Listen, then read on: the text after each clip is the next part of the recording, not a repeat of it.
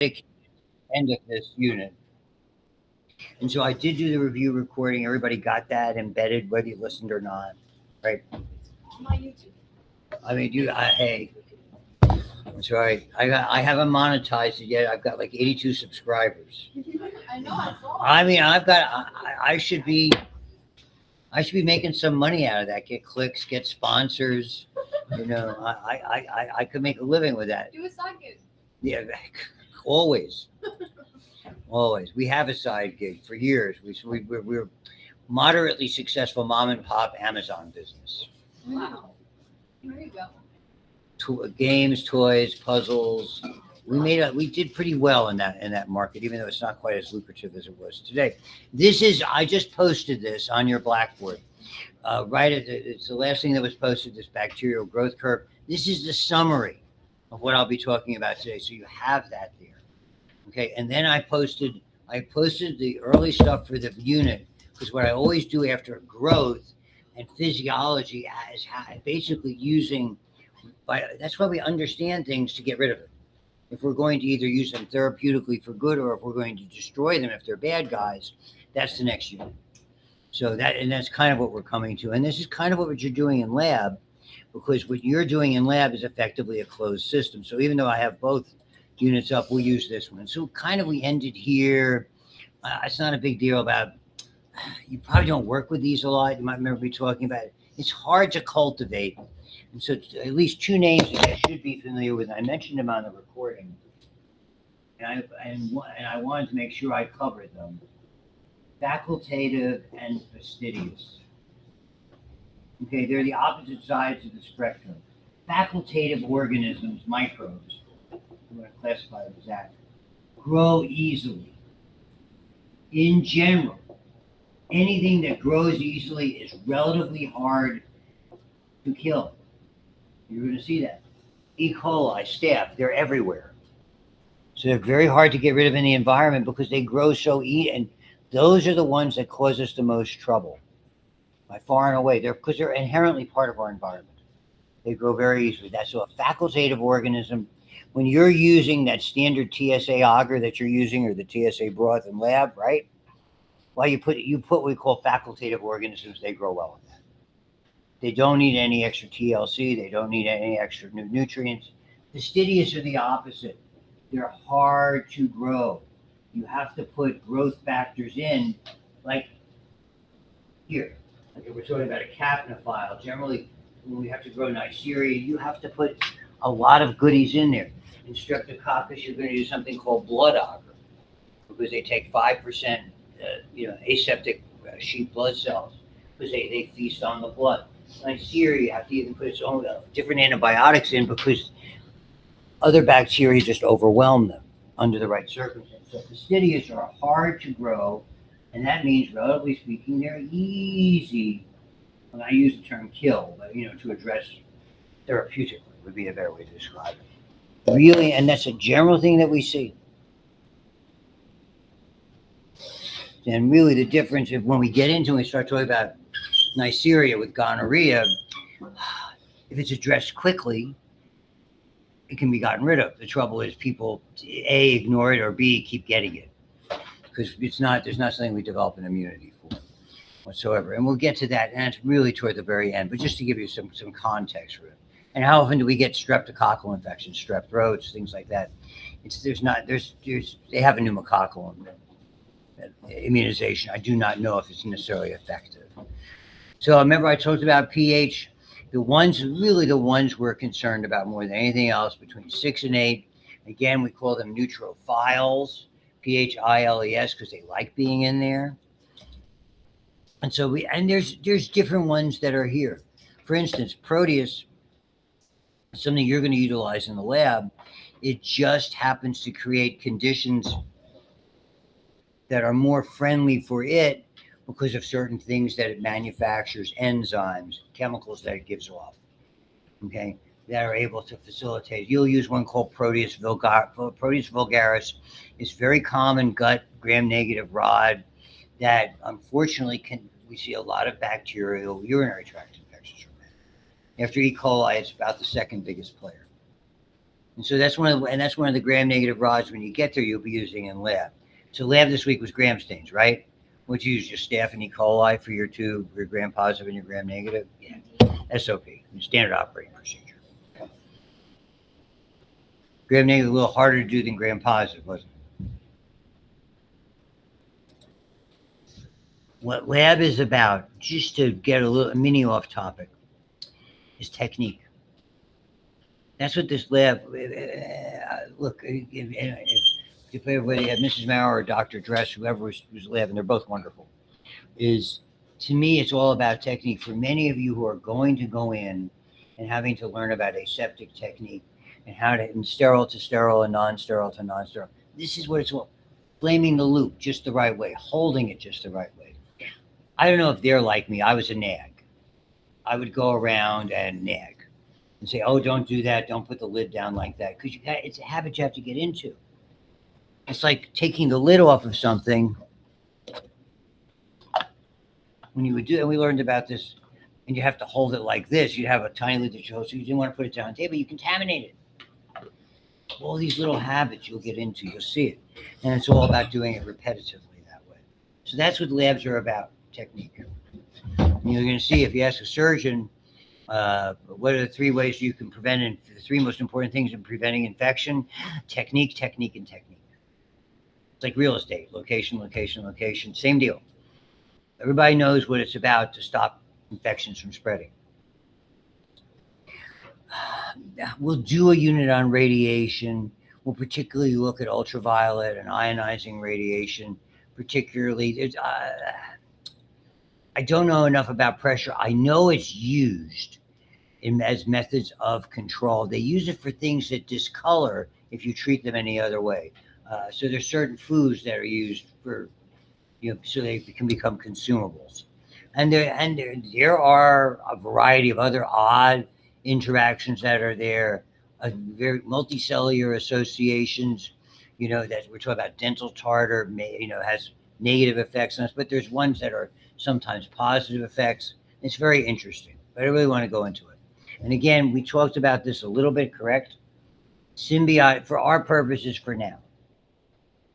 We'll get into it. These are where no one is harmed, where neither the organism nor the host is harmed. Parasitism is an interesting one because to me, a true parasite thrives and the host is harmed. And we look at these different things that are there. And this is really what we are going to see now manifest itself in the growth curve. The idea of antibiotic production. You're going to see when conditions are adverse, okay, and organisms have used up their food supply and there's none available, they have to find methods to survive.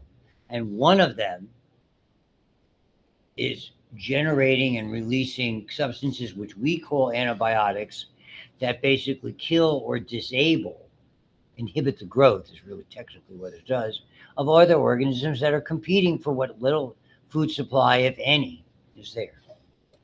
Okay, so the first microbe has a competitive advantage by increasing the space and nutrients available to it. A lot of these things in this. Again, that's why we're talking about sampling the soil. And yes, we have a lot of synergistic relationships. That's the dental type of things. Okay, bloodstream infections. I mean, if you're already dealing with a mixed bloodstream infection, you're in trouble. Just say it like that. Just trouble. And this is where they're showing you how the biofilm form. We looked at that a little bit before. Not a big deal for us from a standpoint. So, and they're going over it. Pioneer colonizer goes on the surface, other than attach, and basically creates almost like a colony of organisms that in different areas have different things that they can do. I don't really want to go crazy with it, whether it's, bacteria and biofilms behave and respond very differently than planktonic bacteria. Don't care. Don't care. Don't care. Care about this.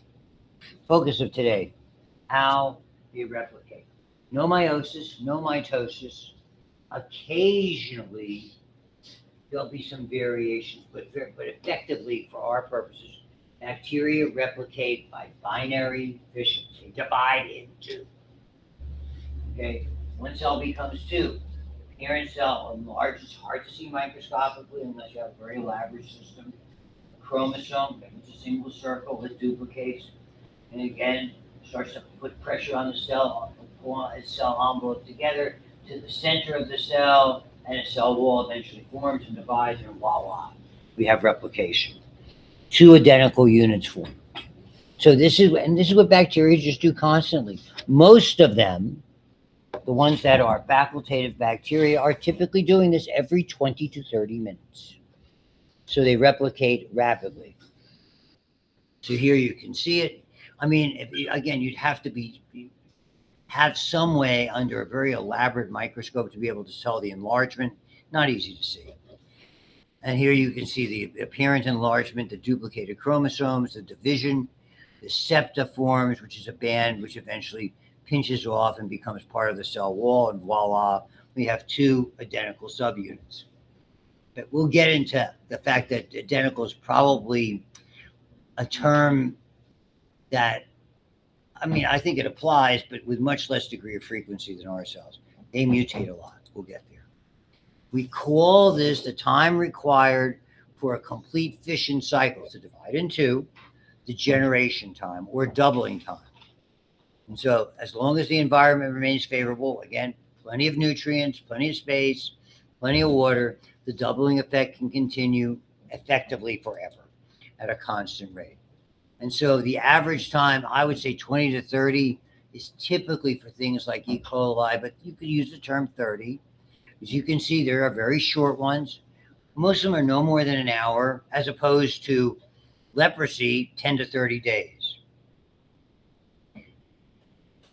Tuberculosis, 10 to 14 days. That's why the next time you didn't do the acid fast or the endospore? Okay. You're doing that next time, I would suspect. That's why we do the acid fast test, because that way we can quickly identify if somebody has tuberculosis, because you don't want to not treat somebody for 2 weeks. I'm waiting for the lab test to come in. Not good practice. Sometimes you have to be and you should be very, very specific. Okay. And again, there's different kinds of bacteria. Most bad boys, pathogens, have relatively short generation times. It means they go quick. That's how they defeat us. You'll hear me say this all the time. It's a numbers game. If our defenses can control them, and certainly if we use an external agent like an antibiotic, our immune system, I'm not here. An external agent like an antibiotic, we can control these things. It's when we don't that they overwhelm, and they can overwhelm quickly, and that's part of the growth curve discussion. So this is all the numbers. Effectively, it's like this. It's the old 2 to the power. So you can take within something, as you can see, within what? It's the old thing, if you had a penny and you doubled it, now you have 2, then you have 4, and blah, blah, blah. In about 3 weeks, all of a sudden, you got 1 million pennies. You should be doing this if you possibly can. And see, this is called exponential growth. This is not like adding. Now I have 1, then I have 2, then I have 3. This is different than even a geometric progression. This is exponential. And what an exponential means, we call it 2 to the power. We start with a base number. You're not going to have to do this. I do not want to see any panic in your eyes. We are not going to have a math problem using exponential notation. I want you to understand. I tried one of those once. The students, it was ugly. They had nasty notes on my car, threatening messages. We know where you live. They think I'm joking. And so here it goes exponentially. So this is what it is. The size of population. So it's not to get excited. It's basically the starting number times 2 to the n. So if you have 1,000 to start with, it doesn't take very long to get millions of bacteria. You're seeing that in your culture plates. Okay. If you went back the next day, if you put plates in, did you put plates in yesterday? In the incubator? No. Okay. You didn't do any growth. But from last week, in a matter of 24, 36 hours, you go in there, they're covered really fast. So n represents the starting number, and it's 2 to the number of generations. So it represents the self. So for instance, you don't have to do this. So if it's E. coli, let's say for ease, every half of an hour. So you start with 1,000 and to the end. And let's say in 3 hours, that would be, let's say 20 minutes. That would basically, so in 3 hours, you have 9 generations, right? So it's 1,000 in 3 hours. Times 2 to the 9. 2 to the 9th is? You don't, that's not fair. You gotta know it in your head.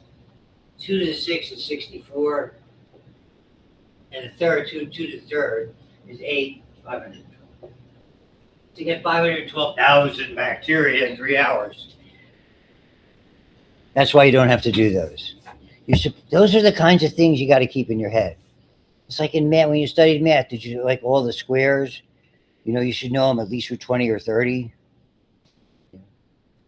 You know them. No?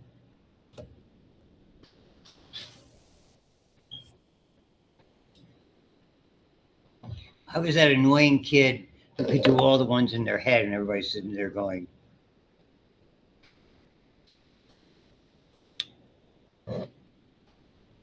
my wife tends to throw things at me. How do you do that? And so effectively, we are able to actually do counts, and you will do counts in lab, I would suspect, that are there. And what we have able to do by assessing it is develop this curve. Now, the important thing for me to state there, this is called a closed system. A closed system means you're not adding more stuff. They're making antibiotics, and they're making insulin, or they're making anything like that at a big pharmaceutical house, and they use bacteria. It's an open system, which means it's continuous. They're pulling out waste products and they're adding more nutrients. So they can keep a batch at the same level of this curve that I will show you for a fairly long period of time, as opposed to when you put it in a plate, maybe less so in a test tube. When you put it in there, what makes it a closed system is the waste products accumulate. They got nowhere to go, okay, and it gets messy. Maybe you took a look at the pictures from New York City with all the snow that wasn't being removed, and they couldn't get to the garbage. It was building high, not a pleasant environment. So a closed system, the nutrients get used up, and what happens is, eventually, you have all the waste products accumulated. It's not a great environment. It looks kind of like this. A little different than what you're going to see graphically they have. It doesn't even go all the way back to the base. So I'll try to do this in such a way that you'll get an idea. It never really completely dies off. So they call this lag phase. In lag phase, whenever you put something on a plate or in a tube, you inoculate it, like any organism has a period of time, that bolus, that unit of organism, takes a period of time to become accustomed to its environment. It starts to grab onto nutrients, tries to grab onto anything out of the facility, and begins to grow. But you can't really measure. You can sample it, but it's not growing fast enough in a random sample to really see or count these organisms. So we call it the lag phase. It's a couple of hours. And then it goes into what we call log phase. This is when you have a 2 to the power, that means logarithmic growth. Exponential growth. Log is very, very rapid. And it grows as long as there are nutrients, it grows.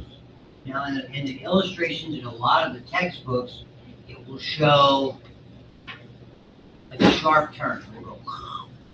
It'll go from log phase to stationary phase. That is incorrect. Ignore my hand, right? I want to show it to you. Living systems do not make sharp turns.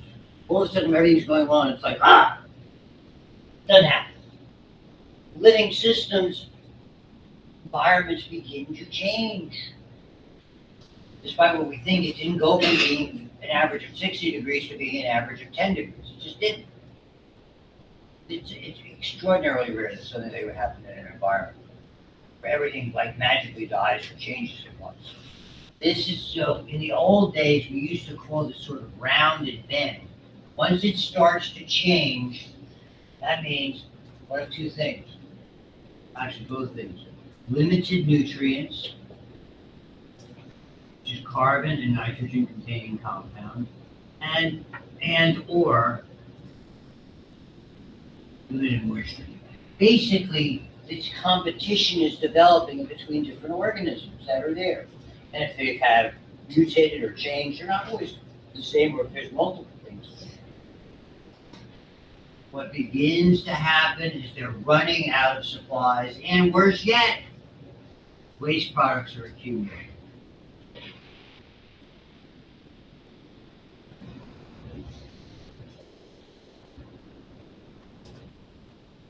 At that point in time, it gradually makes this transition comparatively rapid to stationary phase. Effectively, it's not an absolute thing. It's not like all of a sudden they were living and now they're dead. This is a logarithmic growth curve. Most of you in math had that graphing calculator. Nice. We didn't have that. We had a thing called logarithmic graph paper. So what would happen?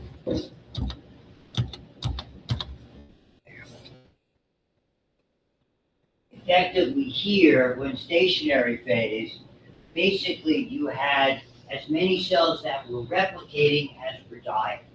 So growth, overall growth, this is an acceleration curve of growth. So basically when you're here, they're all growing. Now all of a sudden you have as many growing or dying, so your net growth of the population, 0. You effectively run out of nutrients. You have an accumulation of waste products. There's limited resources. And so how do the ones that are growing survive? What do you think?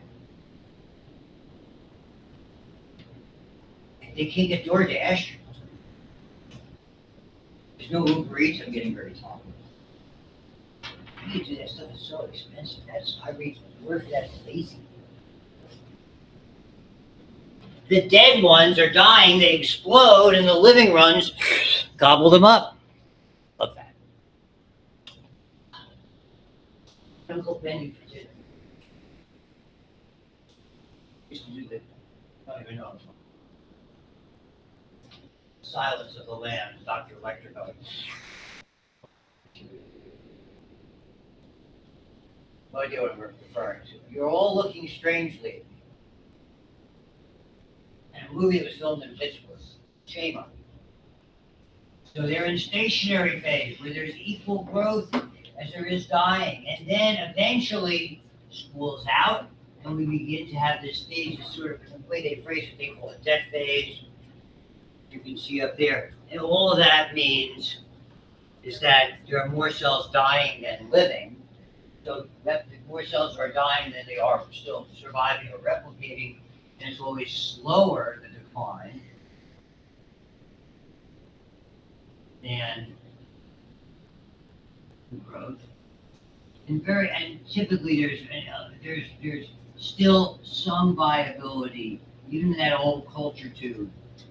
I tried that when I filtered stuff from, put it in that fridge and there and had it there for forever. And it finally could grow that. We do that a lot, by the way. So a lot of those cultures that they were made here, we'll use them we'll just put them in the fridge for the summer, those tubes, and they're stock cultures. We'll replate and start to regrow. It takes a little bit of time, more staff, more E. coli, all the ones you're testing in the lab. That's the curve. It's a very interesting curve. And so basically the description is this. The lag phase, period of adjustment, new surroundings, we all do that. It's like life.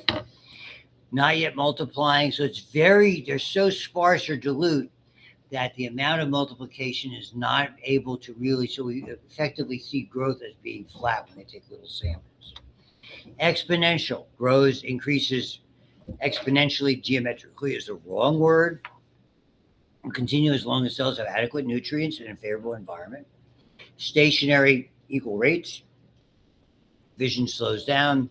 depleted nutrients and oxygen, plus excretion of organic acid, biochemical pollutants into the growth medium. Death phase. Cells begin to die at an exponential rate due to the buildup of waste. Depends on resistance and different things, slower than the exponential growth rate. And then eventually we get to this sort of prolonged decline. A few stay alive but are dormant and they're harder to grow. Same curve. It's not the same as having an infection in your body.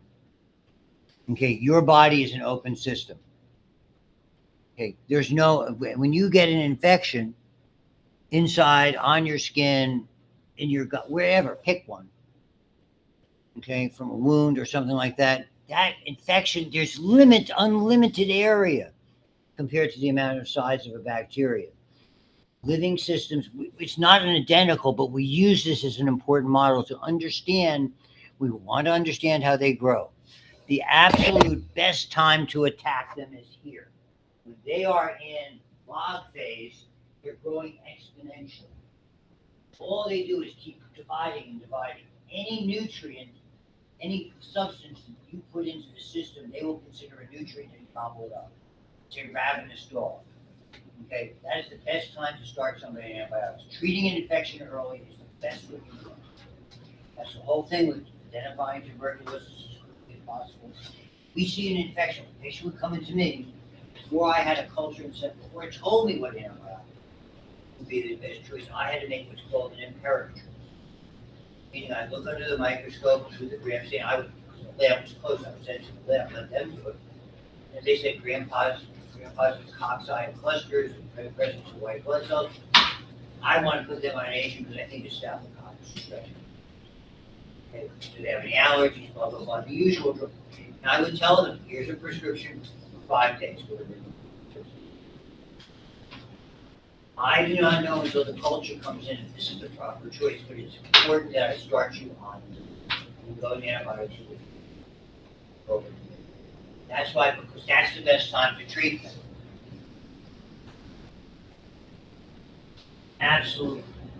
This is why when we have cancer patients, we give them chemotherapy for cancer. Chemotherapy is taking the medicine.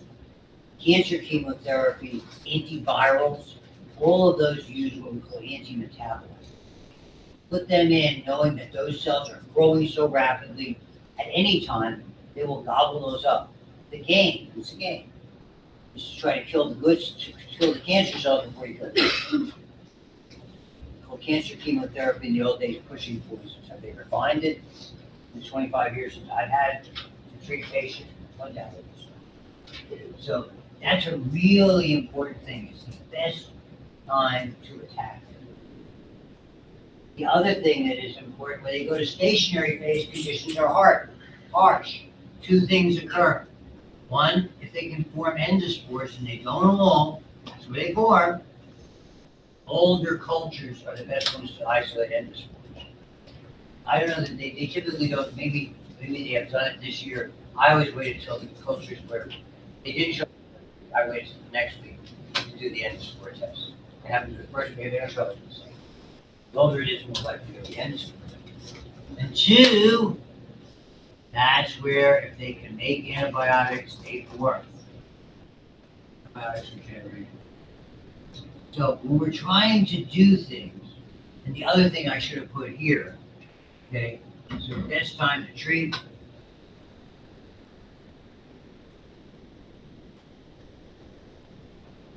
And best time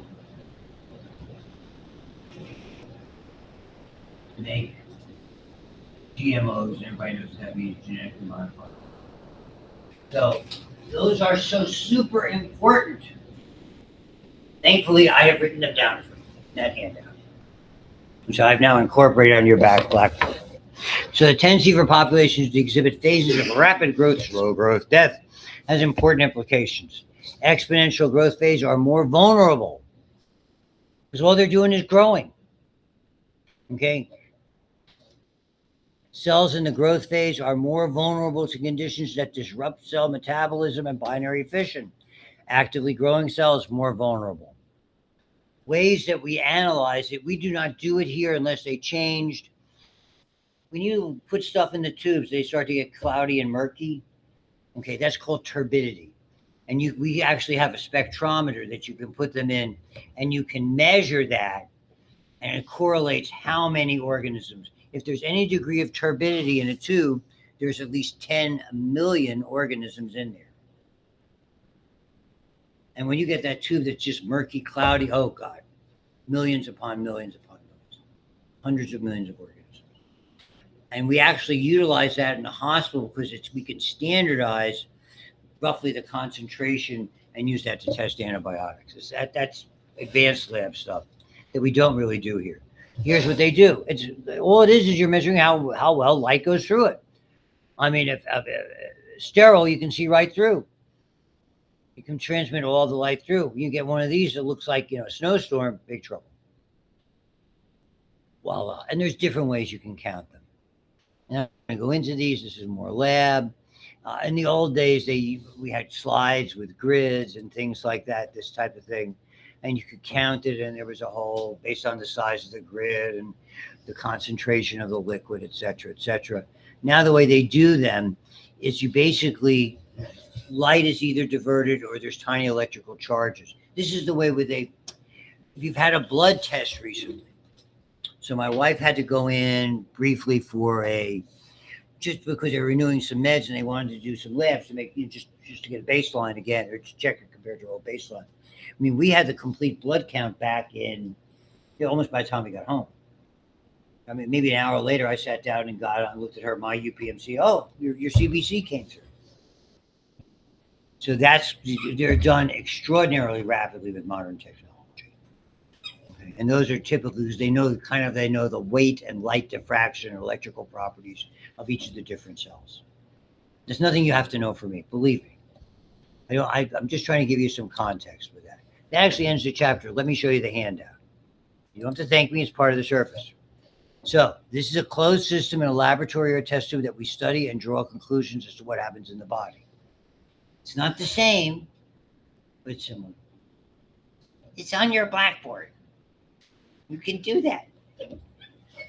In a body, it's an open system, meaning ample. Closed systems are limited in the regard, although broad tubes are closer to open.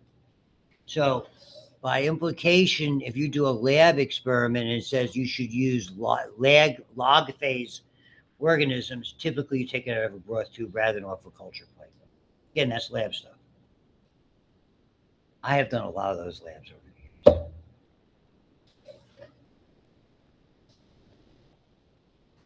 years. And so here you are, lag phase, adapting, no visible growth, 2 to 4 hours. Log phase, very rapidly once it starts and continuous, exponential. Best time to attack with antibiotics. And organisms produce primary metabolites. We obtained and I should have put that down, obtained genetically repaired products like insulin. So in the lab, when we genetically engineer E. coli, they make insulin. These byproducts, whatever they might be, are called metabolite, for our purposes, more or less a waste product.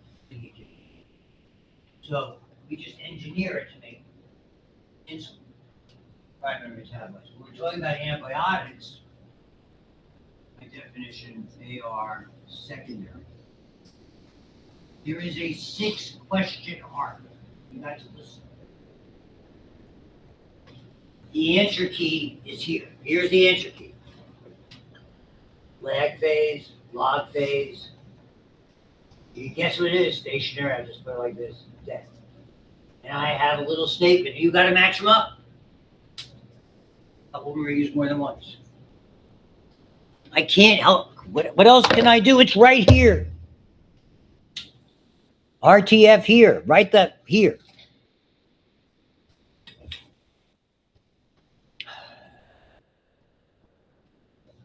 For those that weren't in AP1 with me, I do not want a repeat of last time. Are we clear?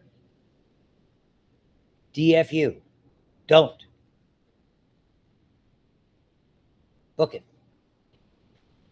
You know what I'm saying. I have enough stress with my own children. My daughter sent me a picture. Oh, we're in Aruba. Our anniversary's tomorrow. They booked a quick trip there. They got there yesterday afternoon. Oh, hi, Dad. Look at us. Beach.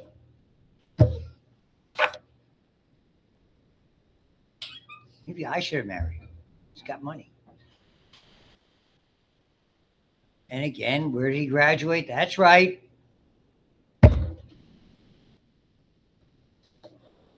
It's not my type. Too muscle.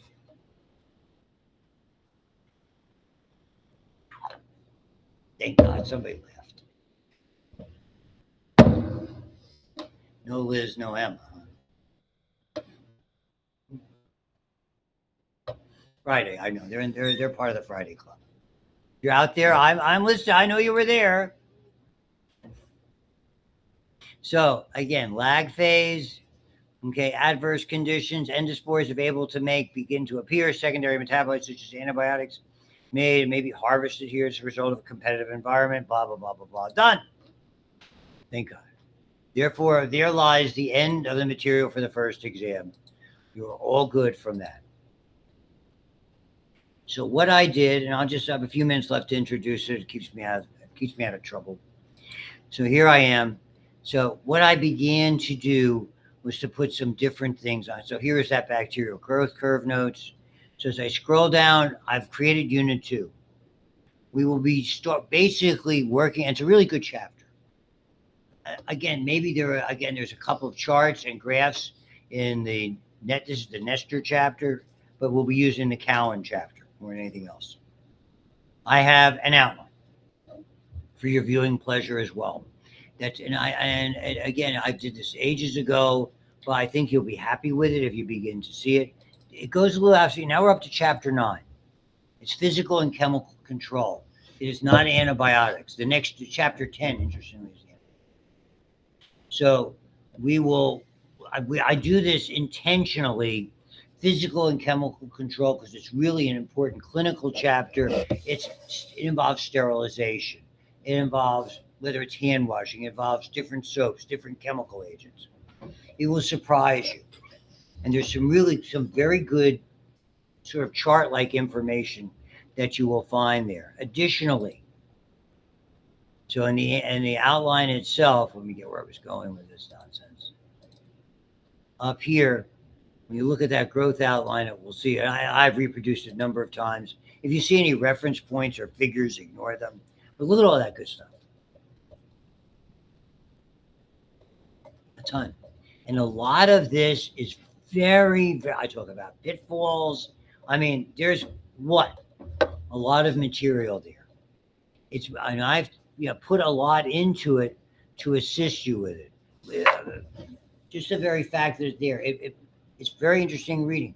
For some of you, it's not, they sterilize the stuff in Central Supply. Although that's true,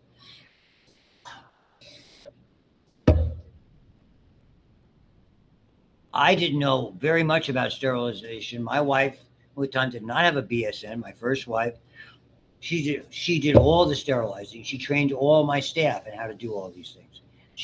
Where she developed the expertise, whether it came from her nursing school. She was an associate's degree grad at that time from CCAC, who had been doing stuff clinically for a number of years. Okay, and then when we got married, she had been an assistant and then was a head nurse in the emergency room. They still had other people doing it. She knew all about it. You need to know all about it. That's why I'm framing it for you that way with a really good outline. I'll just give you a quick overview of what it looks like, and then you can be on your merry way. And have a lovely weekend, I hope. It's terrible. There's no sporting events. So physical and chemical control. So definitions: sterilization, disinfection. Ones that we don't use, like decontamination and sanitization, antisepsis. To this day, I have been in this field for 50 years. The word degermation has never come up, other than a stupid PowerPoint. Degerms are over there. I'm sure that's what they mean.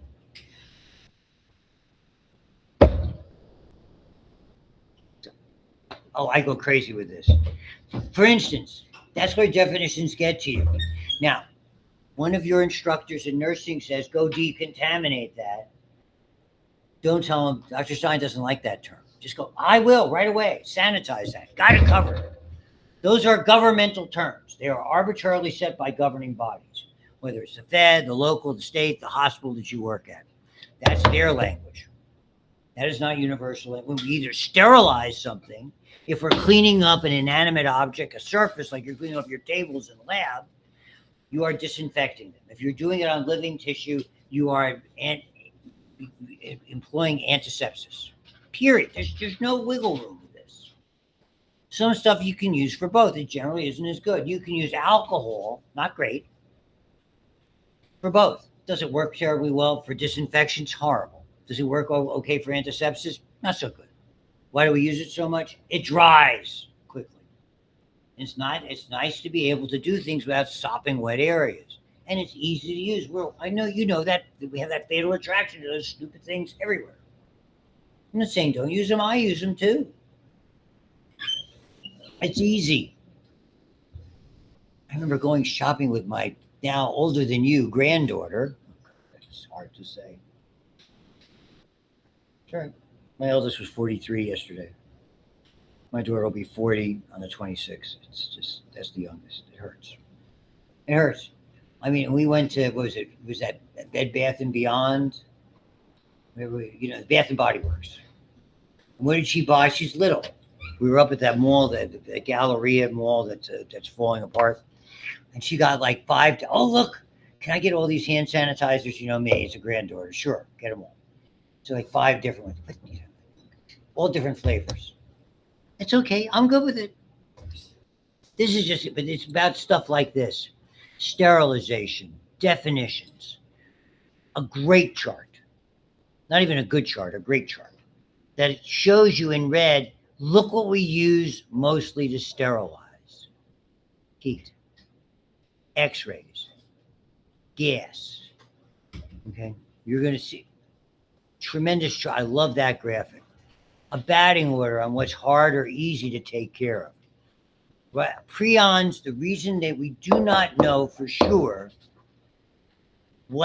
how we destroy them, until we know for sure, until there is scientific evidence that can be tested and replicated and validated, it is not in the definition. That sterile object, that sterile Band-Aid you open up could be teeming with prions. We don't know.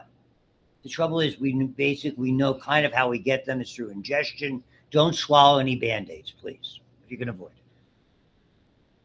I'll get into it. Trying to be humorous, but obviously not succeeding. But if you get the bacterial endospores, everything goes. Gram-positives. You're going to see we're going to go into all of these types of things. It'll give you some numbers that are there. It'll talk about the word cidal, bactericide, fungicide, virucide, sporicide. They are all important terms. It's a term, it's filled with stuff. Filled. And I'll go into, as I'm scrolling very quickly. And you'll see if here, the COVID-19, are a mainstay of disinfecting hands during COVID-19 pandemic. It's an enveloped virus, and its envelope is susceptible to both detergents and alcohol. People erroneously thought that it lingered on surfaces almost forever. Oh God, somebody had COVID in here. I'll never go in that room again. Are you nuts? Enveloped viruses are easy to get rid of. I mean, after gram-positives, they're the easiest thing in your environment to get rid of. A lot of misinformation. The only good thing that came about with all of that with hand sanitizer is we became very aware of the importance of hand washing. You'll hear me see this a bunch of times during this. Hand washing, hand washing, hand washing. Just for instance. So I'll go into all of those things. We'll look at this. We'll talk, and I'll show you we'll talk about the distinction between boiling, disinfection, using the autoclave, how it works. We did all of that in my office.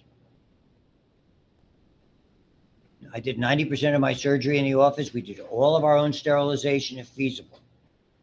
Whether it was gauze pads, whether it was instruments, I got a lot to tell you about it. I've sterilized plates that we've used here. We have a big unit. And so this should look familiar to you. Blaming the loop. Just to give you an idea. and then we get into radiation, and then we get into chemicals. It's a juicy chapter. I will leave you with that and tell you to have a wonderful weekend.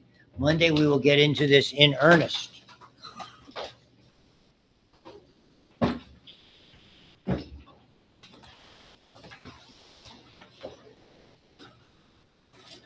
I expect a little bit more understanding for the music that I listen to. Did you say the matching will be on like? That's the key. There'll be That's 6 the of key them. right there. Yeah. And it'll be stuff like the Yeah, lag phase, Easy. log phase, Easy. primary, secondary. Yeah. Got it. Eat place easiest to treat, stuff like that. Mm.